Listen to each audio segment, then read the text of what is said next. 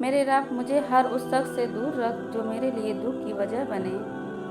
جب دعا کرتے وقت تمہاری آنکھوں سے آنسو آنے لگے تو سمجھ جانا تمہاری دعا بارگاہ الہی میں قبول ہو چکی ہے۔ دنیا میں اس سے بڑھ کر اور کوئی ایوارڈ نہیں ہو سکتا کہ لوگ آپ کی تربیت کی وجہ سے آپ کے والدین کی تعریف اور عزت کریں۔ بہادر تو عورت ہوتی ہے جو مرد پیدا کرتی ہے، ہاں مگر جھک جاتی ہے، کبھی محبت نبھانے کے لیے، کبھی رشتے بچانے کے لیے۔ ہمیشہ سچ بولو تاکہ تمہیں قسم کھانے کی ضرورت نہ پڑے۔ کیسے بھی حالات ہوں، دعا مانگتے رہیں، خیر مانگتے رہیں، معجزہ ہونے میں کوئی دیر نہیں لگتی۔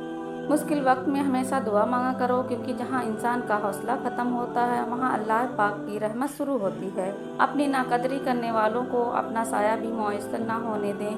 تعلقات میں معاہدے نہیں رکھے جاتے، سو جو جہاں بچھڑنا چاہے فی امان اللہ۔ گناہوں کی معافی، مشکلات سے چھٹکارا، درجات کی بلندی اور رحم کی ایسی اپیل جو کبھی مسترد نہیں ہوتی۔ فاصلوں سے کوئی فرق نہیں پڑتا، کچھ لوگ دل کی دھڑکن کی طرح ہوتے ہیں جو ہمیشہ ساتھ رہتے ہیں۔ رشتے ضرورت کے ہوں تو کبھی خوشی نہیں دیتے اور جذبات کے ہوں تو کبھی ساتھ نہیں چھوڑتے۔ اگر کوئی تم سے بھلائی کی امید رکھے تو اسے مایوس مت کرو، کیونکہ لوگوں کی ضرورت کا تم سے وابستہ ہونا تم پر اللہ کا خاص کرم ہے۔ پیسے کی امیری تو عام ہے، لیکن دل کی امیری اللہ کسی کسی کو دیتا ہے۔ مسلمانوں، اپنے گھروں میں اکثر قرآن مجید پڑھتے رہا کرو، کیونکہ جس گھر میں قرآن مجید نہیں پڑھا جاتا اس گھر میں خیر و برکت نہیں ہوتی۔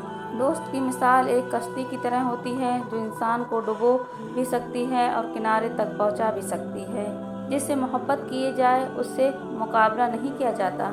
کسی کو پا لینا محبت نہیں، بلکہ کسی کے دل میں جگہ بنا لینا محبت ہے۔ وقت کو پیدا کرنے والے کو وقت دے کر دیکھو، وہ تمہارا وقت بدل دے گا۔ کثرت سے سجدہ کیا کرو، کیونکہ جب تم صرف اور صرف اللہ کے لیے سجدہ کرو گے تو اللہ تعالیٰ اس کے بدلے ایک درجہ بلند کرے گا اور تمہارے ایک گناہ معاف کرے گا۔ جب نصیب لکھنے والا ہمیں 70 ماؤں سے زیادہ پیار کرتا ہے تو ہمارے نصیب خراب کیسے ہو سکتے ہیں؟ جب کوئی دوست تمہیں اپنا راز بتائے تو یہ سمجھ لینا کہ وہ اپنی عزت تمہیں امانت دیتا ہے، اس میں کبھی بھی خیانت مت کرنا۔